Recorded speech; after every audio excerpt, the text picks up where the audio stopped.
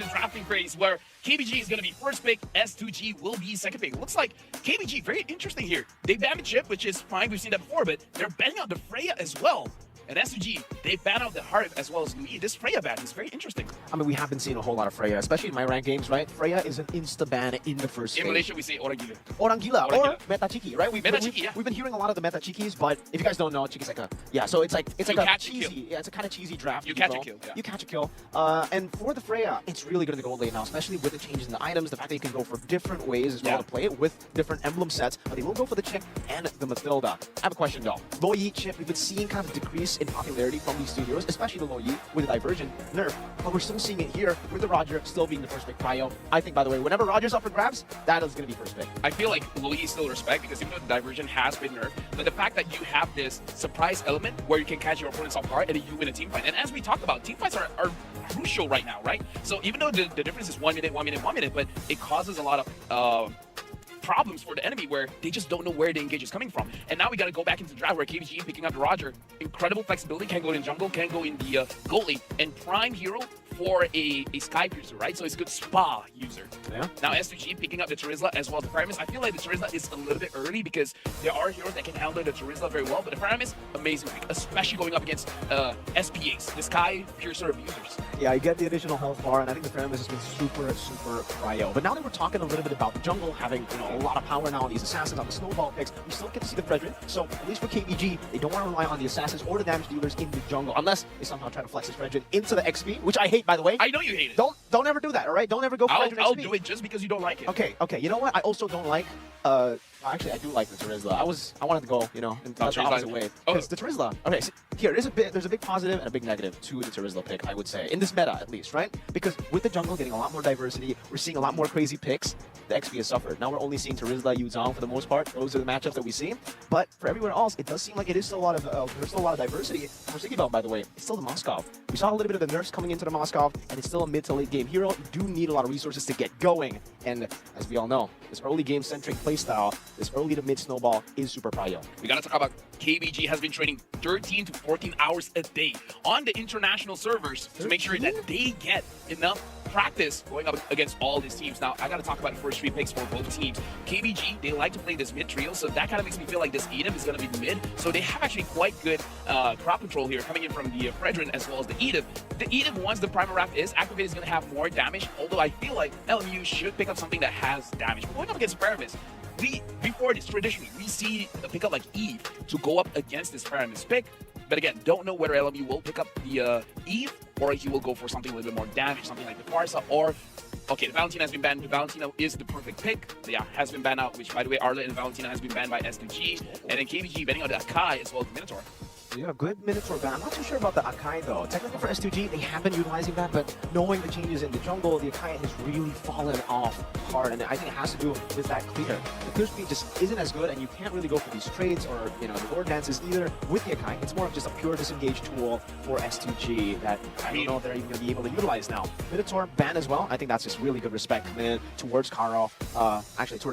Towards Karo, because the way that he's been able to utilize the Minotaur is purely with the disengage style. It seems that's going to be Karo on the Cho though, so a different style already, not the reactive protect Sigibum kind of style. I mean, like, here's the thing. We talk about tempo. We talk about the changes, where personally for me, I actually favor lineups that have more damage. And the changes on the Cho, now that his passive lowers or shreds your armor, actually makes the Cho a lot stronger when it comes to the early game, when it comes to the damage. So if they pick up, say, an assassin, that's going to be a pretty good combination. And looks like the Eve will be picked up by LMU, where the Eve has been buffed, having more damage, and can deal with the Moskov quite well, at least early to mid. And now KBG locks it up with the X-Borg to deal with the Terizla. Speaking of damage output, man, KBG, they have 4 people who can deal damage. We're talking about the Fredrin here. I argue 5. Yeah, technically 5 with the Fredrin. But, by the way, Fredrin, interestingly enough, I have seen him go for Temporal Rain. I've seen it as well. I don't know how to feel about it. Do you know how it procs? Okay, how does it proc? So it procs you would expect with your Fraser's Wrath, but it doesn't. For the Fredrin, it's with the taunt, because you learn you're all together with your taunt when you get level 4. So you use the taunt, you get the Temporal Rain instantly. So all the nerfs on the ult. Now it's just like, you know what? It's not a nerf anymore. Technically, it gets canceled out by the Temporal Rain, but we do see a normal pick, at least in this meta, with Nolan. And by the way, Nolan, I would say at this point, is kind of a counter to the Fredrin. Not the normal way of the skirmishes, because skirmishes you can still catch Nolan, but in terms of farm. Look at this, Imagine that Joe goes inside the jungle, just prevent Fredrin from moving around the map a lot, and then Nolan just takes all of his farm, right? Maybe the Nolan can skip the first turtle, but by the second turtle, he will have a 2 or 3 level advantage, and then after that, it's just Snowball City, right? In this game, S2G has a way that they can be aggressive, or they can just play the macro game, slowing down Fredrin enough, and then give Nolan such a big lead that all of their team fights is going to be in their favor. Well, we are going to be taking a look at the draft again earlier there. Yeah, and now we're jumping into the first game of the wildcard stage. It's going to be KBG going up against S2G. An interesting skirmish already at the start of the game. I'm definitely going to be putting my eyes onto the emblems first here. And this gives a war cry, by the way, for Sigibum. And on the other side, LMU Impure Rage. We've been seeing a whole lot more Impure Rage nowadays, by the way. And it does seem like it's kind of a swap here. So it's actually Saksa on the Nolan. What are your thoughts on this? You've seen Saksa before, back when he was in SFG? So I feel like Saksa is using the tankier junglers just because it's the meta, right? You kind of have to adapt to it. But Saksa is still pretty good on those assassins. If you look here, Tracy is trying to slow down S2G and try to actually make it so that Saksa is able to farm up much faster going up against Fredrin. And now, Karo is low, and LMU goes in. He wants Karo. Well, winners forward. Saksa's still going to be able to steal away that green camp, and it'll be a little bit of an early invade for KBG, getting them in the lead and utilizing that clear speed of the Nolan. Even in the bottom lane, Wawa actually winning out against Sigibum here, and that's not really a good look for Roger. This is a winning matchup for the Roger, and it does seem like for KBG, they want to continue with this pace. Really invading again, trying to go for the steal, and I think he did get it. It's a 2-man Jeet Kune Do, and with that range, the additional speed, Saksa jumps into the back line, doesn't have the fracture, but will be able to chase Begin straight up first blood in the enemy jungle. And now this is where Keep Best Gaming are going to start the snowball. Sigibum, I feel like he's having a hard time trying to proc the war cry. Like, he has full proc there, but he's not going for the trade. Okay, he's pulled back, and KBG continue again as 2 kills on the board up against the Group A favorites. America, we talked about it. The more we say about one team, the opposite will happen, and we're seeing a showcase here. Keep Best Gaming having 2 kills over S2G, and now they have Prio on the turtle. Looks like they're gonna get it for free. So now in terms of the goal lead, they're gonna snowball a lot. And I gotta talk about the Impure Rage on this Paramis. It's amazing for a lineup of S2G because now it deals on max HP. So the more HP that you have, the more damage that LMU will deal. So going up against a draft with an Eden, with a Fredrin, as well as an X-Born, his damage might even be higher than Wawa. Certainly, man. But you already see that Tracy being an absolute menace. Karo still hasn't hit level 4. Oh my goodness. In the second minute of the game here, is already first turtle done, and I really wonder why he hasn't been able to hit level 4 yet, because Zero's doing a good job. Tracy goes over to Jeet Kune Do, gets canceled down with the onward there, not able to get the Wave Dragon fully on Karo. And Saksa wants to go in, has a fracture. Karo flickers out to safety, and KBG is really able to be comfortably in the lead in the first 2 minutes. Kazoo with a little bit of a steal there.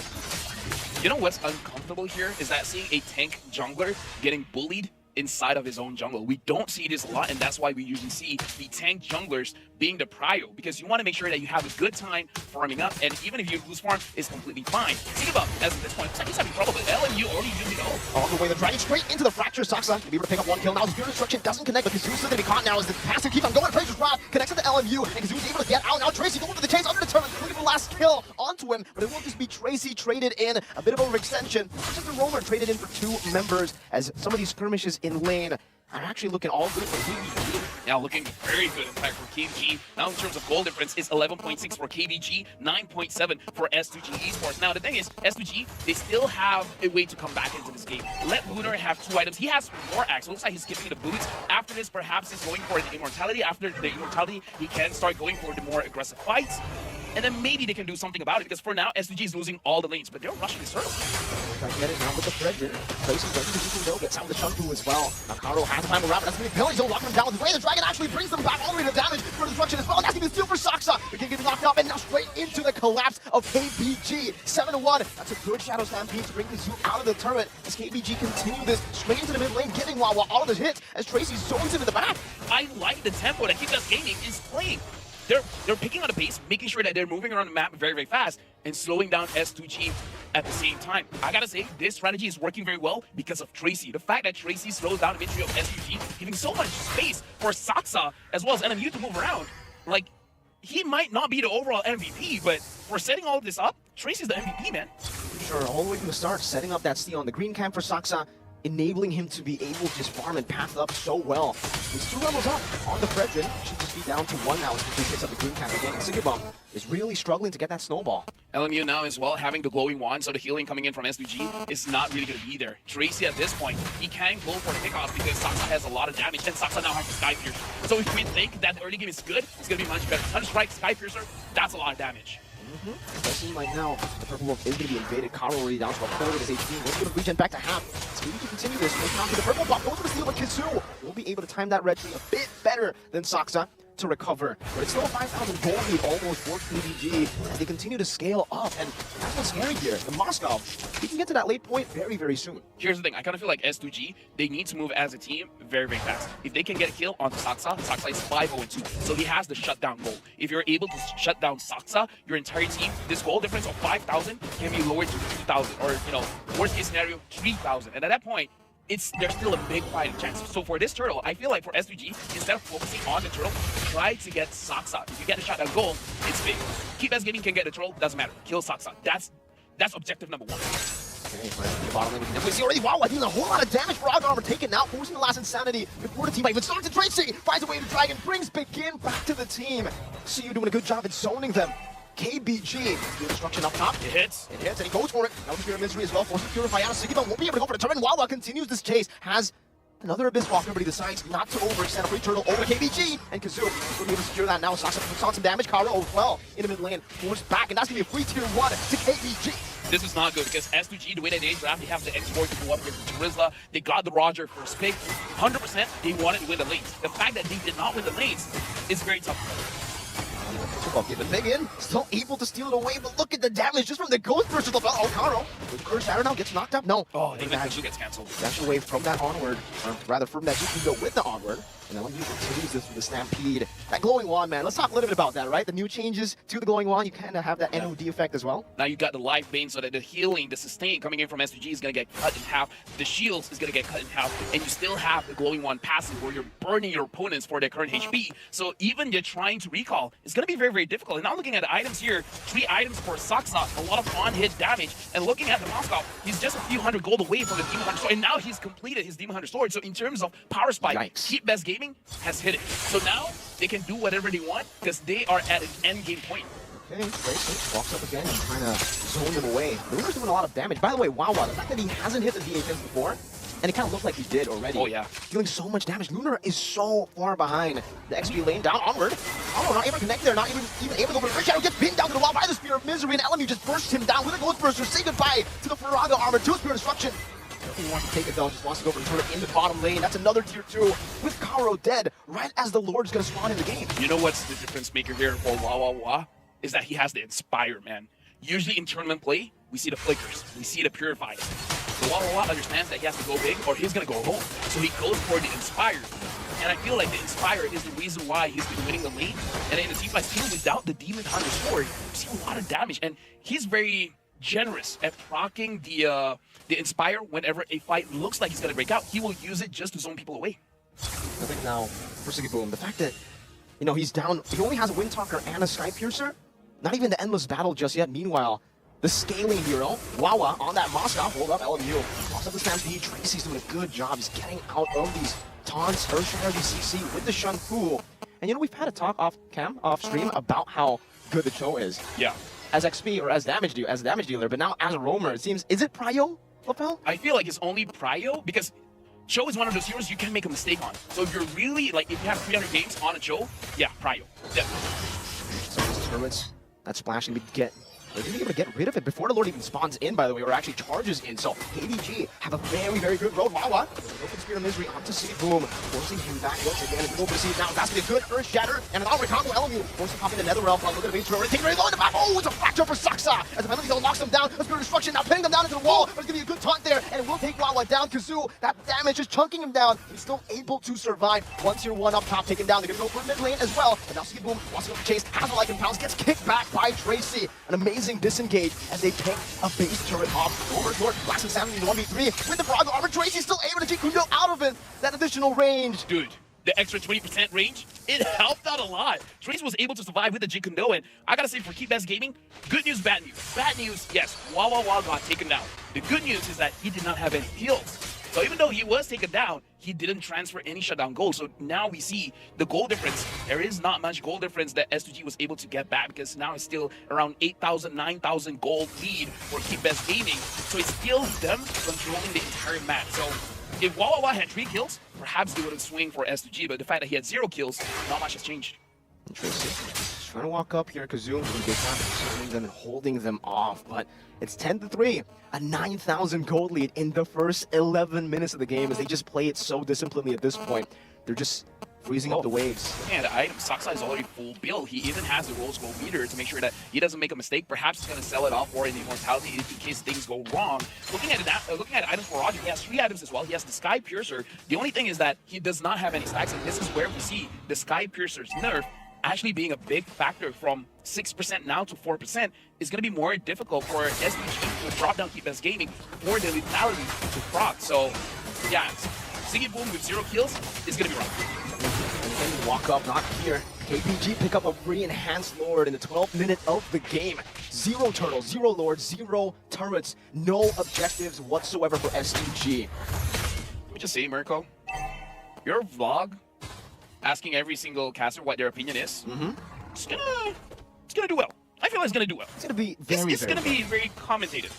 I think so, you know, especially now considering Siggy Boom in the 12th minute has finally gone to Malefic Roar. It looks tough for them to pull off this defense. They do have a Yi, by the way, so let's see how they go at it. Obviously, Tracy walking up again onto the Zoo. He's still able to go and disengage for a bit, but that's 2 tier 3s taken out, 2 base turrets taken out. KBG gonna go again. Tracy, oh my god! That's the way the Dragon bringing it back with the flicker. Spirit Destruction into the backline as well. He decides to go for it. No, just go straight for the base. And KBG win out game number 1. KBG, man, coming up. Like I said, from the previous wildcard, they're like, you know what, we want to be number 1 in the group. This time, they're going to prove it. But we got to talk about S2G as well, where I kind of feel like Karo was not able to start things up. And I kind of feel like that's one of the big factors where they didn't shine. Because as an Eden, we will see like Flicker, Earth Shatters, and everything. But none of that happened. Keep Best Gaming, they started the game well by the Joe slowing down the rotations coming in from S2G. And then having your side lanes win up their laning phase, the gold lane as well as the EXP. That just accelerates your lead. Tracy in this game is absolutely amazing. This is the kind of draft that we want to see for a best of 1 game where just use your best heroes and then just show what you got. It's phenomenal, man. We were talking about how the improvements could be seen already all the way from the start. We didn't expect them to be able to dominate one of the Group A favorites, S2G.